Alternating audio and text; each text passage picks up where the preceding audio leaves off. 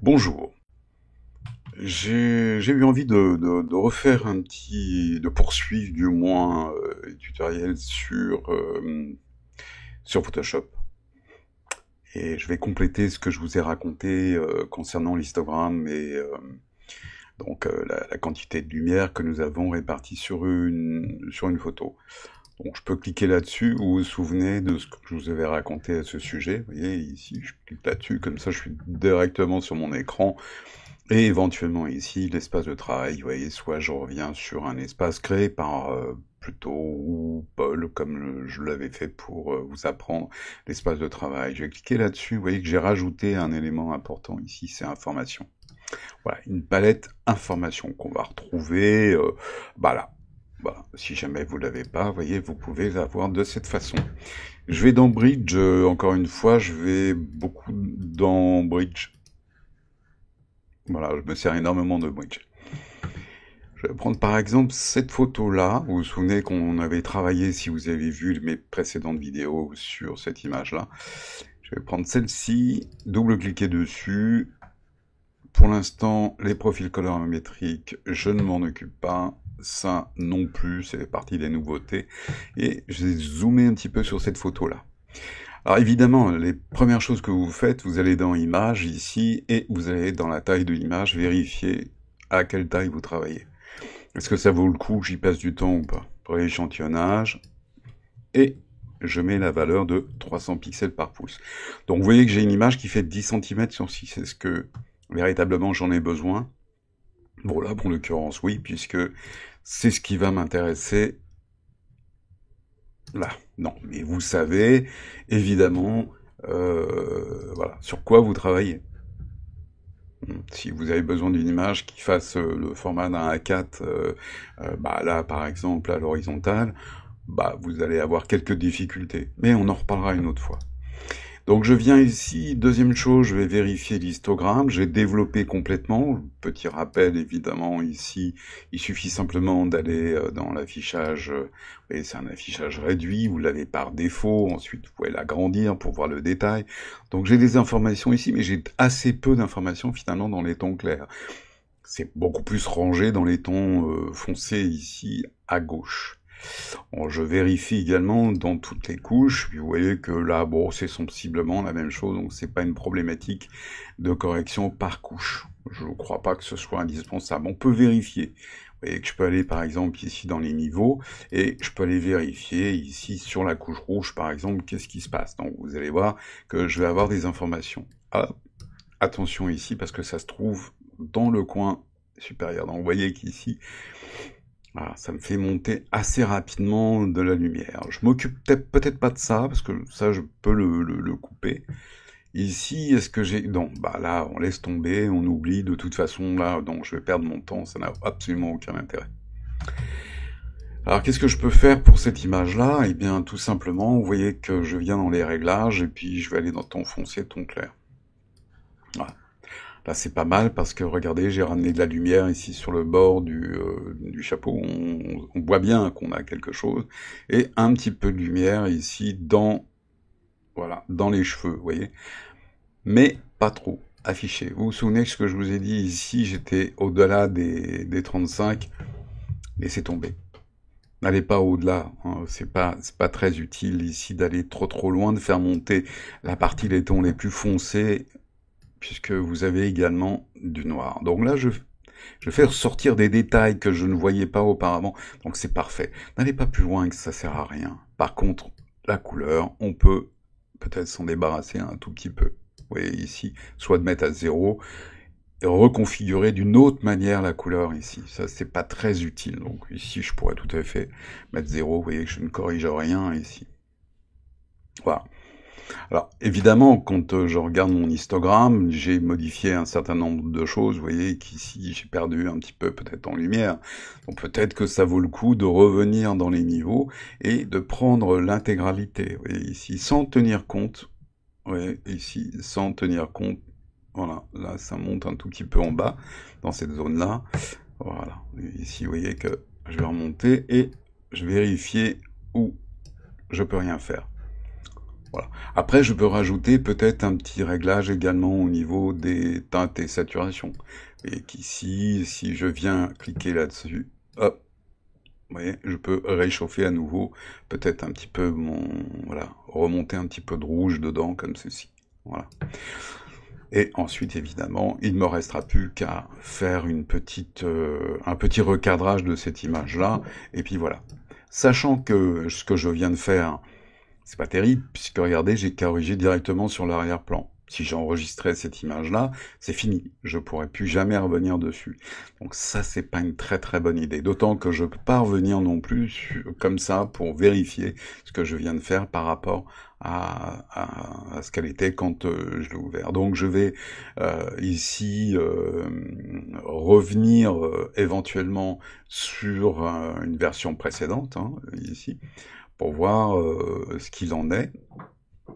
Voilà. Ah, effectivement, on se rend compte que, eh bien, il y a une nette progression par rapport à tout à l'heure. Donc, n'oubliez pas, quand vous travaillez sur une image, soit vous la dupliquez de cette façon, masquez ceci, vous travaillez dessus, ou soit, tout simplement, vous voyez, si je l'enlève ici, vous venez dans les filtres et vous convertissez tout ceci en filtre dynamique. De cette façon, quand vous ferez vos corrections, quelles qu'elles soient, eh bien, vous aurez toujours la possibilité de revenir dessus. Voilà. Pensez bien à ça. Alors, je vous ai montré la correction globale. Là, je vais vous montrer quelque chose qui peut vous arranger dans certains cas. Regardons ici. Je vais prendre par exemple cette image-là.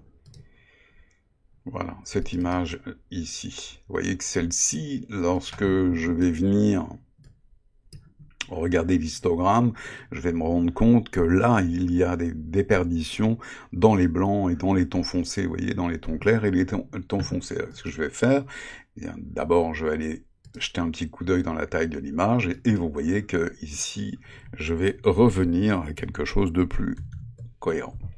Donc cette image fait bien 24 par 15 cm. Est-ce que j'en ai besoin à cette taille-là? Probablement. Et là, je vais aller dans les filtres, évidemment, et je vais convertir tout ceci en filtre dynamique. Fort de l'information que j'ai ici, je vais donc aller rapidement dans les réglages, dans les niveaux. Et vous voyez que là, c'est particulier cette photo-là, puisque c'est un scan d'une diapositive, un négatif positif. Il nous arrive de temps à autre, moi en l'occurrence, de scanner mes diapositives, des diapositives que j'ai ou de certaines personnes, et après de les corriger. C'est compliqué, parce qu'il y a une espèce de petit film comme ça sur les couleurs rouges qui montent, et à corriger c'est compliqué. Regardez ici, je peux vous proposer ceci. Encore une fois avec les niveaux, je reviens et je vais corriger couche par couche. Vous voyez, cette couche rouge-là, voilà, je vais la corriger. Et je vais procéder de la même façon. Vous vous souvenez, ici, je vais appuyer sur Alt et je vais cliquer sur le curseur qui est là. Et regardez, je vais chercher là où arrive la lumière. Alors là, je vois la lumière effectivement se répartir sur le zèbre. Et ici, où arrive-t-elle en premier? Eh bien, je vois qu'elle arrive au niveau de la tête. Si vous regardez bien, vous verrez ici. Alors, dès que ça arrive un peu, ouais, pas trop non plus, vous faites la même chose surtout de l'autre côté, le noir. Il faut équilibrer l'image. Et qu'en réalité, c'est également dans ce niveau-là. Je vais prendre le vert, je vais faire exactement la même chose. Vous voyez, ici. Et hop, au niveau du noir, vous allez voir que ça apparaît également ici. Ce qui m'importe également, c'est le bleu. Si je veux donner beaucoup plus de lumière, eh bien, je vais monter un peu. Et regardez, là, je vais aller un tout petit peu plus fort. Un tout petit peu. Voilà, je ne vais pas faire monter trop de ce côté-là. Et je vais remonter ceci ici. Alors ça, c'est très bien, vous voyez, de contrôler. Voilà, point trop non faux non plus. Voilà. Vous voyez votre image avant, après. Elle a plus de contraste, c'est beaucoup plus intéressant. Vous voyez que j'ai fait monter les noirs. Je peux monter un tout petit peu, mais pas trop quand même. Hein. Faites attention, parce que sinon, vous risquez d'avoir des aplats de noirs, et ça, c'est pas terrible. Donc, regardez bien, c'est absolument génial. Donc, vous voyez, ça, c'est une manière de faire aussi. Vous n'avez pas d'autre façon de réaliser cette correction. Encore une fois, je répète, mes formations sont faites également pour ceux qui ne possèdent pas la dernière version de Photoshop. Pour avoir la 2024, moi je l'ai pas ouverte parce que 2023 ça me va très bien.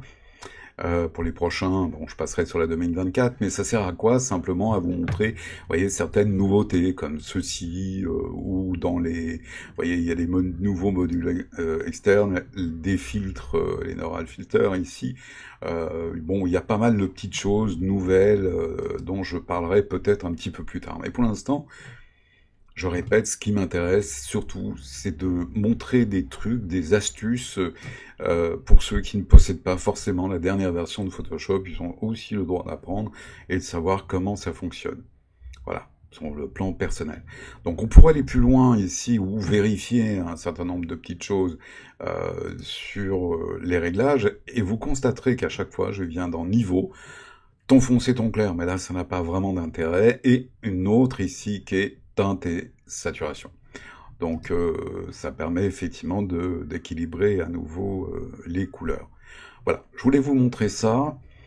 Petite vidéo assez courte, néanmoins, essayez-la, vous verrez que c'est assez efficace. Hein. Si je trouve d'autres images, je referai éventuellement un complément avec ça, mais vous verrez que, eh bien, l'histogramme, c'est absolument génial. Si, je pourrais rajouter quelque chose. Effectivement, ici, je pourrais aller sur Bridge, toujours pareil. À force, vous allez me demander... je pourrais trouver, par exemple, sur cette photo-là, si je l'ouvre, vous voyez que c'est une... pareil. Voilà. Je vais aller vérifier également la taille de l'image. Vous voyez, comme à chaque fois, je désactive, je viens ici, et je me mets mes 300 pixels par pouce. Voilà. Quand vous ouvrez l'image, c'est vrai qu'on s'interroge toujours sur la qualité de l'image. Est-ce que c'est bien? Est-ce que c'est pas bien? Est-ce que... Voilà, je sais pas trop, je n'ai pas l'habitude. Par contre, ce que je vais faire, vous voyez, je vais me débarrasser de ce qui m'intéresse pas. Parce que ça aussi, ça vient de stock photo. C'est, à mon avis, une diapositive qui a été scannée. Donc, je viens ici, je vais sélectionner de cette façon, avec l'outil sélection.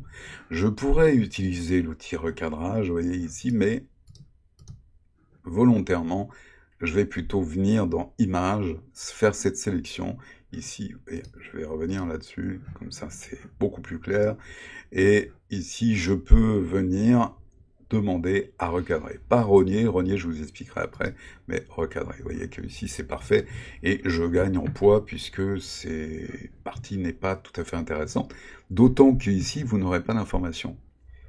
Vous voyez, avant de corriger, vous posez la question, est-ce qu'elle est floue ou pas? Parce que, effectivement, probablement qu'elle est un peu floue, cette image-là. Vous voyez que c'est pas génialissime. Ce qui est dommage, c'est parce que, je sais pas, par exemple, vous pourriez avoir vraiment besoin de cette photo-là. Je vais donc aller jeter un coup d'œil et voir dans les niveaux, puisque j'ai des informations ici, vous voyez, et soit global, ou en détail. Je vais peut-être faire en détail parce que vous voyez que au niveau de ces différentes couches, j'ai pas tout à fait les mêmes informations. Donc je vais le faire comme ceci. Donc je viens appuyer sur Alt comme d'habitude, je vais chercher donc la lumière. La lumière, visiblement, je vérifie, arrive en bas. Bah oui, quand je regarde la photo, c'est assez flagrant. Vous voyez que ici, elle arrive en bas, donc point trop non faux. Hop, là je vais remonter un tout petit peu ici. Voilà, vous voyez que ici j'ai le noir sur la couche rouge, donc vous voyez que c'est toujours la lumière. Donc je reviens sur le noir, elle se trouve ici dans l'oreille. Voilà. Alors n'ayez pas peur de zoomer un petit peu, d'où la commande barre espace commande, comme on peut le voir à l'écran. Donc là, vous voyez que je vais monter un tout petit peu, c'est là. Mais n'oubliez pas, quand vous changez ici de dézoomer pour voir la totalité de l'image, et voilà, comme ça vous vous trompez pas. Le bleu, pareil, je vais monter un tout petit peu ici, hop, la lumière du bas, et ici je vais corriger également cette partie-là. Voilà.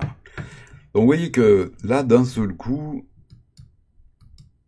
la photo prend un autre aspect, elle est plus contrastée, ce qui nous efface un petit peu l'idée du flou, car je pense que effectivement on a un petit peu de flou dans cette photo, hein. On est à peu près net là, mais bon, c'est pas très très net.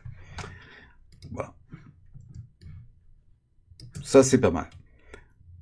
Je peux arranger cette histoire-là de flou. Je vous donnerai également des astuces concernant ceci, qui me donnera l'occasion de le refaire, si toutefois vous voulez, revoir ici ce qui s'est passé.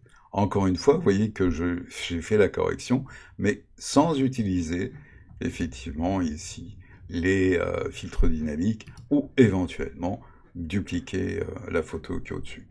Bon, là, je l'ai fait volontairement parce que de toute façon, je vais pas l'enregistrer. Et puis surtout, je vais revenir dessus un petit peu plus tard. Voilà, je voulais vous montrer ces deux petites choses-là. Vous voyez que c'est pas mal du tout quand même, c'est intéressant. Et bah, faites-le, quoi. Voilà, faites-le. Je vous remercie de m'avoir écouté et de m'avoir reçu chez vous. Et puis, eh ben, n'hésitez pas, si ça vous a plu, mettez un petit pouce. Voilà, et c'est toujours intéressant et moi ça m'encourage. Et puis voilà, continuez. Si toutefois vous appréciez mes vidéos, bah n'hésitez pas, dites-le. Et si vous n'appréciez pas, dites-le aussi parce que ça me permettra de me corriger éventuellement. Voilà, c'est pas toujours facile d'expliquer les choses devant un micro et seul, mais bon, on y arrive. Donc dites-le moi si ça vous a plu. Voilà, j'espère que vous allez revenir. Je vais en faire une autre pour vous montrer autre chose. Vous verrez des astuces assez sympathiques également. Voilà, à bientôt.